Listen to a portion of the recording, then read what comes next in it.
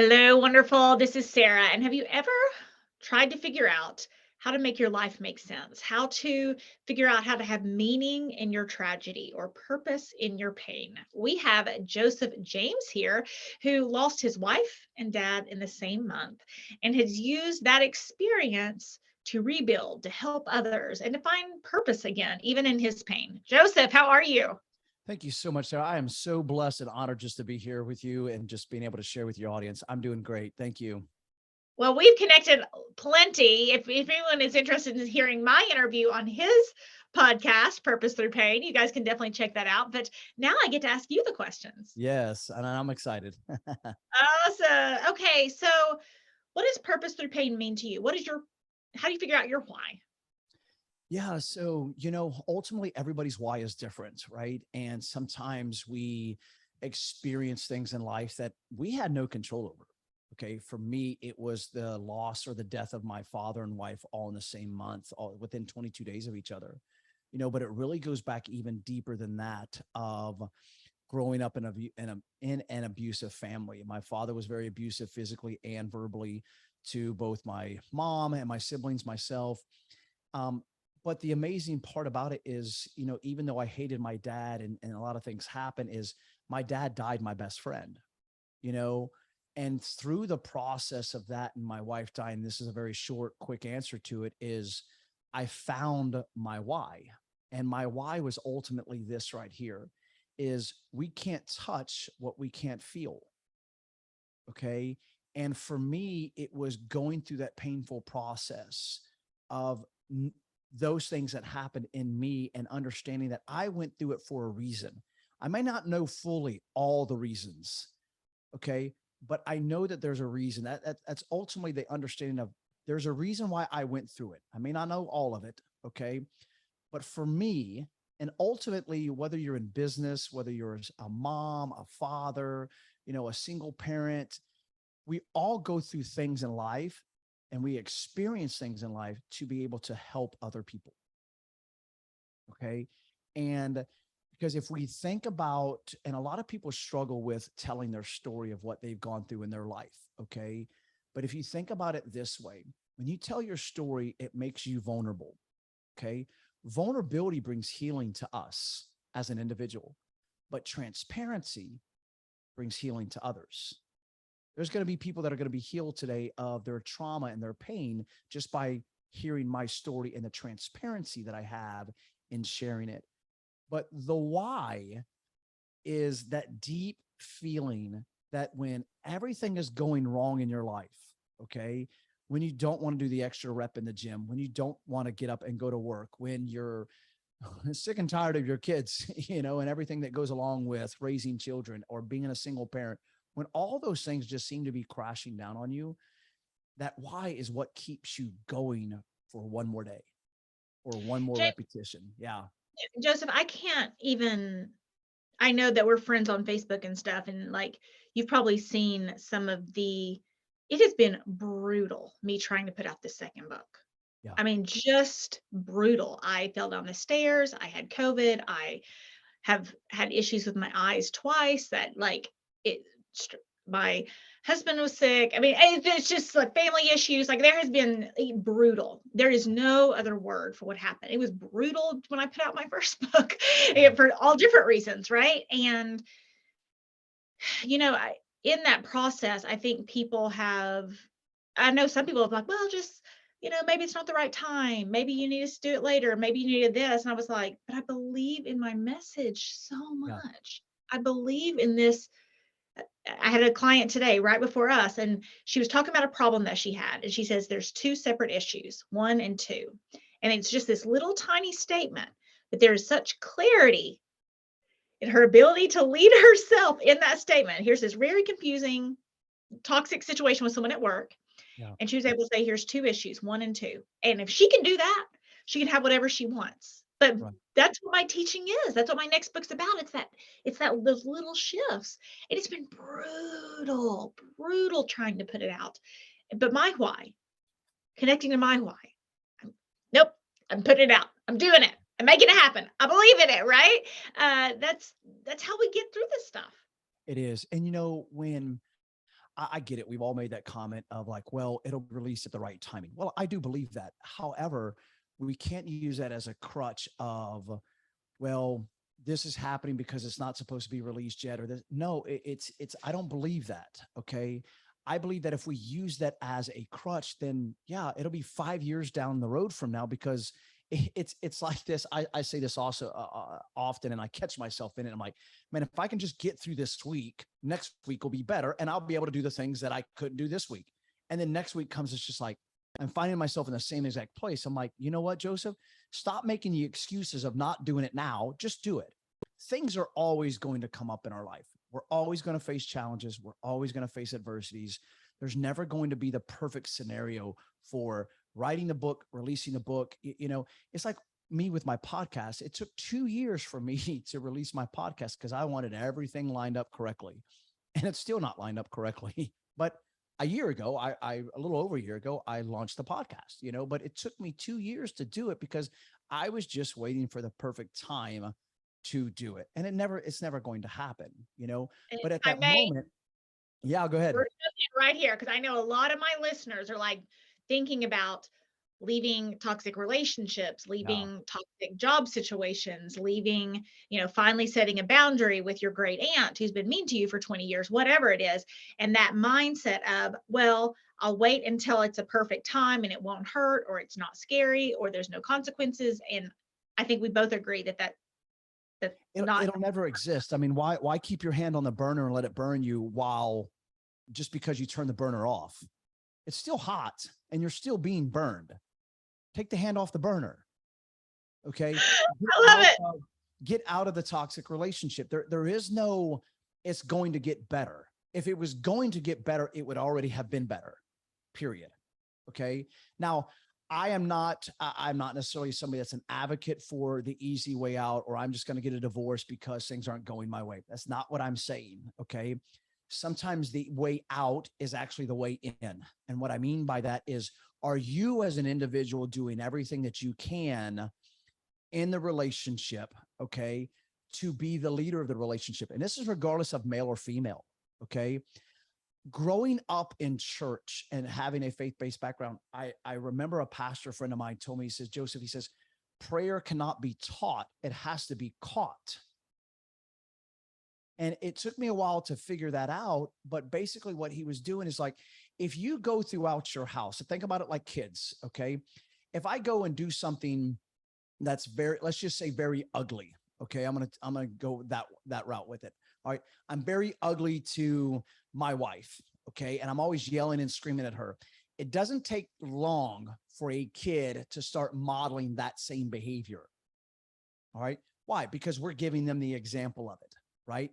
We didn't teach them to do it. They caught on to doing it. Okay. So ultimately is sometimes we just have to be the leader within our own family. Okay. But now please don't misinterpret if you're being abused. Okay. To me, it's already crossed the line. Okay. All right. Growing up in an abusive family, I heard my dad say all the time, I'm not going to do it again. And it happened again and again and again, because ultimately there's some deep down issues that he was not healed of. Okay. And so when he was triggered, he kept in that same behavior. Okay. So either sometimes, like I said, the way in, maybe it is therapy, maybe it's talking to a counselor, maybe it's seeing somebody or a pastor or your minister, or going to marriage counseling or a retreat or a vacation. It could be a lot of different things, but a lot of times we don't put in the work on our side. We just look for a way out when there's really more of a way in. And again, situation dictates. If you're being abused sexually, verbally, physically, no, I'm not saying let's hurry up and try to find a way in. That's not what I'm saying whatsoever, because I'm not an advocate of somebody taking punches just to see if they can make a relationship better, you know? Thank you. And I think sometimes, especially with a faith background, sometimes we can try to be so selfless Yeah. that we don't realize we're helping other people become more selfish.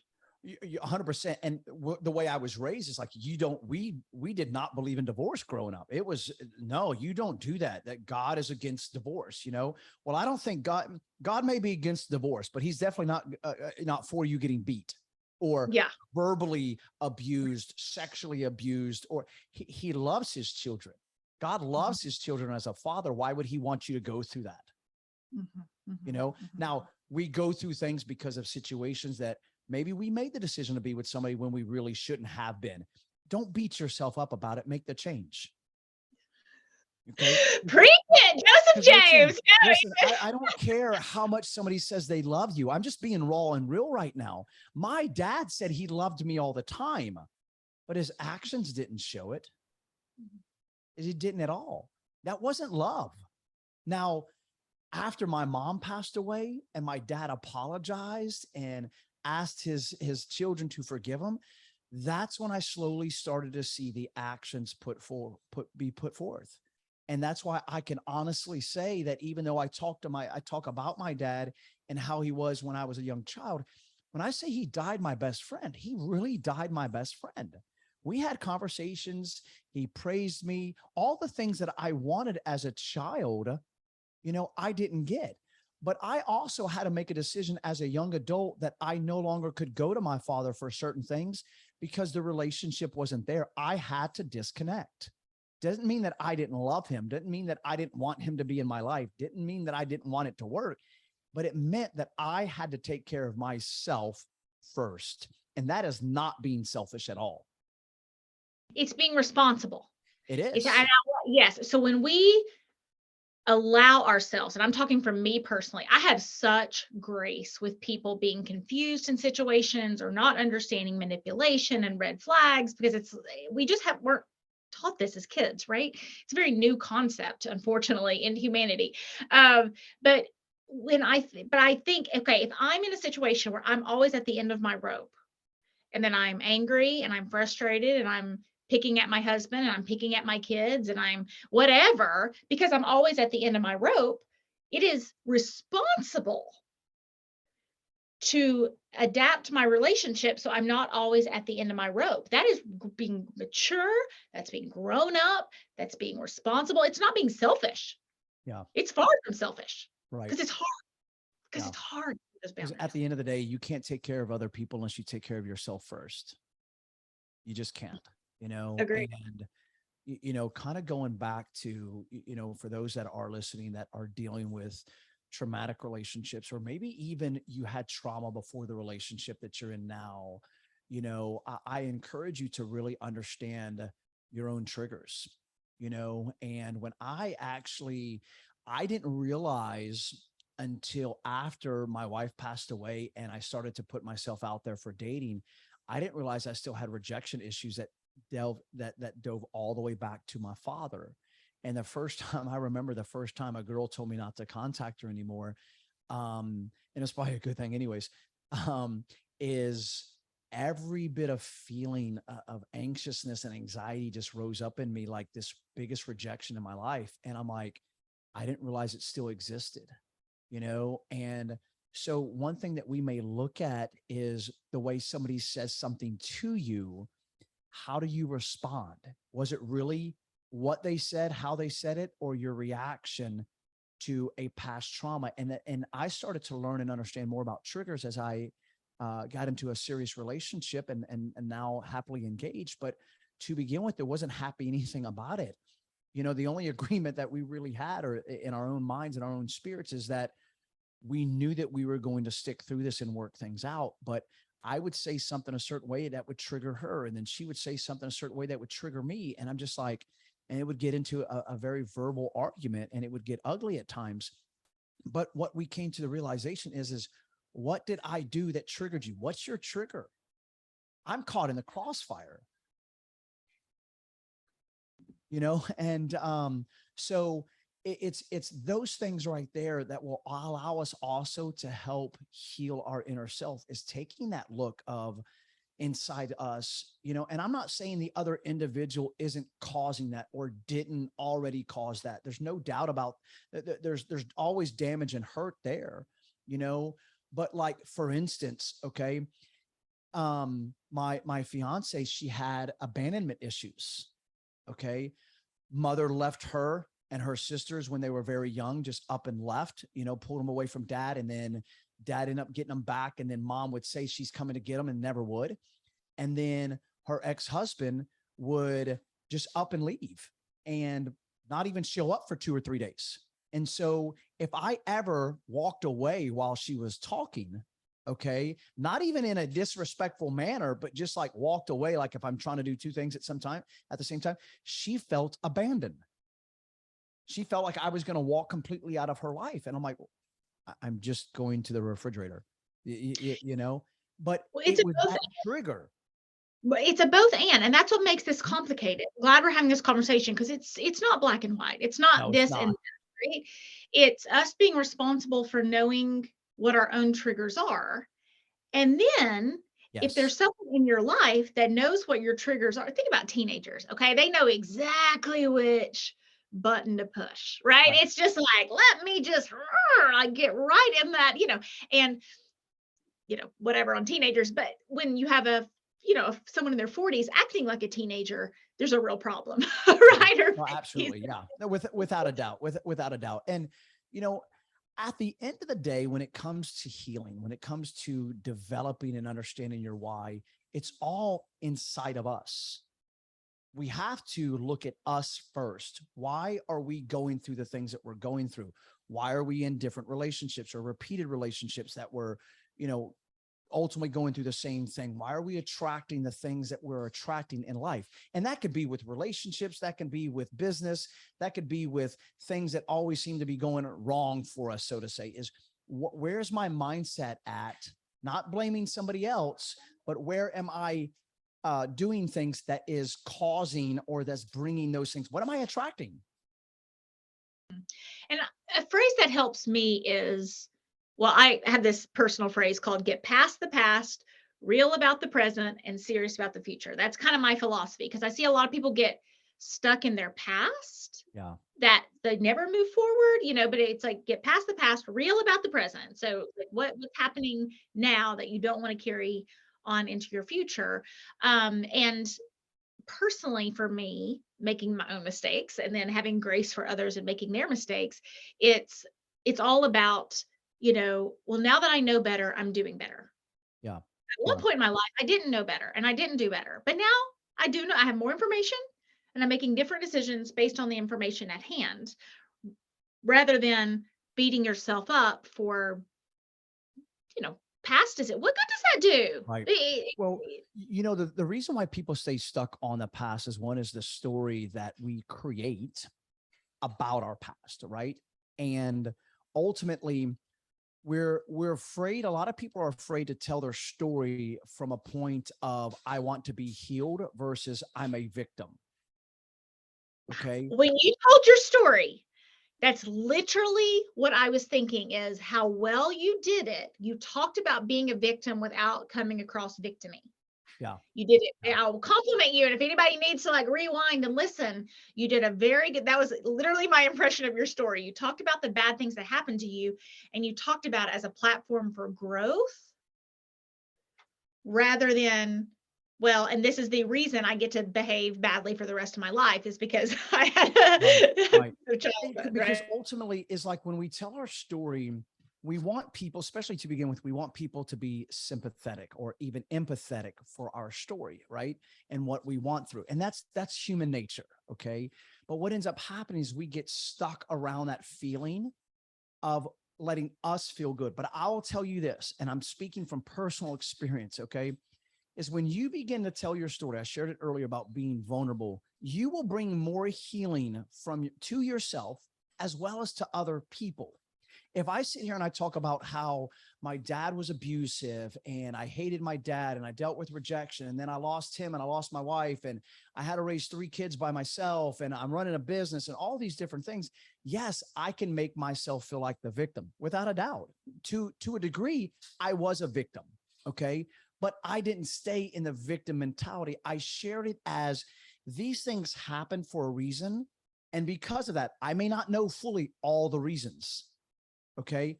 But when I can share those things, then I can share it from a place of I'm sharing my story to help somebody else.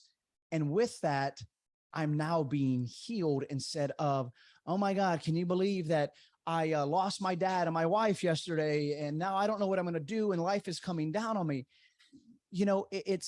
I get it. I've been there, but flip the script. Share it from a place of brokenness, of course, because you are, but share it from a place of I am sharing this to release so that maybe my story can help somebody else. You know, Absolutely. I hope that's what I did in my brutal book release story. It's honest and saying, man, it's been really rough. Like I've been hit at every angle and I still believe in my message, not, well, I shouldn't even put out a book. It was a stupid idea. And don't you think it's mean that people are picking on me while I'm doing my book or whatever it is? I mean, it just comes from a place of power, yeah, yeah. personal. And here's for those that are listening, here's a really good tip. If you struggle with your story and you feel like, you know what, I've shared my story a lot and it's made me become, I feel like I'm the victim, and I'm stuck and I can't seem to get out. Look to help other people with your story. Don't there because there's a big difference between sharing about what happened to you just to tell somebody versus sharing what happened to you to help somebody. By me sharing what I went through, I'm looking to help anybody and everybody that I can. Okay. I don't know. I can't truly relate to being sexually abused because I never was. Okay. So I also understand about staying in my lane, but I understand pain and I understand what pain can do to us. I understand where pain can get us stuck. But here's the thing about pain. Pain can be something that gets you stuck like glue or it launches you into your destiny. Are you sharing your pain that will help you launch you into where you want to go in life? Or are you just sharing it because you want to tell on somebody else? Think about it. When you're calling your neighbor, you're telling your friend about what's going on. Are you putting yourself in a place of like, I'm gossiping about my ex-husband or my ex-wife or my daughter or whatever the case is? Or are you like, listen, you know what? I know that you're going through something too. Let me share what I've been doing to help out. Because here's ultimately the thing is when I started coaching other people and started focusing on their problems, I found the solutions to my own. I Mhm, really did, because all I did is just shift the focus. I didn't mhm. call them to tell them. They're calling me, asking me for advice. They're like, Joseph, you just lost your wife and your dad. How do you deal with relationships and, all these different things? And I'm like, well, tell me what's going on with you. And then when they would tell me, I'm like, man, well, this is what I would do if I was in your situation. And then I realized that as I'm sitting there telling them, I'm like, man, Joseph, that's really good advice. Do it for yourself, you know? And Other Yes, people I talk about leading by example, right? And, sometimes I hear people say things like, "Yeah, I'm great at giving advice. I just don't take my own advice." And I'm like, "Well, do you feel like that's honest?" And they really take a step back because they never thought of it that way. I was like, "Well, if you came to my house and you met me and my husband and he was like screaming and throwing things at me, would you feel like I had duped you or something?" And they're like, "Yes." And I was like, "But why? I'm great at giving advice. I don't have to take my own advice." right. Right? And it really shifts. So I love two pieces. One, that you recognize in helping other people and giving the advice. And two, that you took the extra step, which is why I wanted to anchor it in for people, that extra step of, if I want to be a person of integrity, I should probably follow my own advice. Yeah. Yeah, absolutely.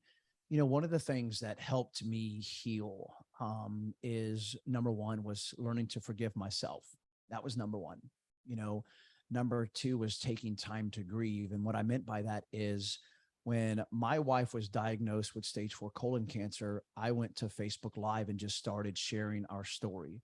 I didn't know what was going to come of it. I wasn't looking for anything. I was just giving people an update. And because we had so many friends, I felt in my heart this was the best way to do it, and I would kind of do it in 15 to 20-minute increments. And so with that, I found later that that was my grieving time because I would get on there and I would cry.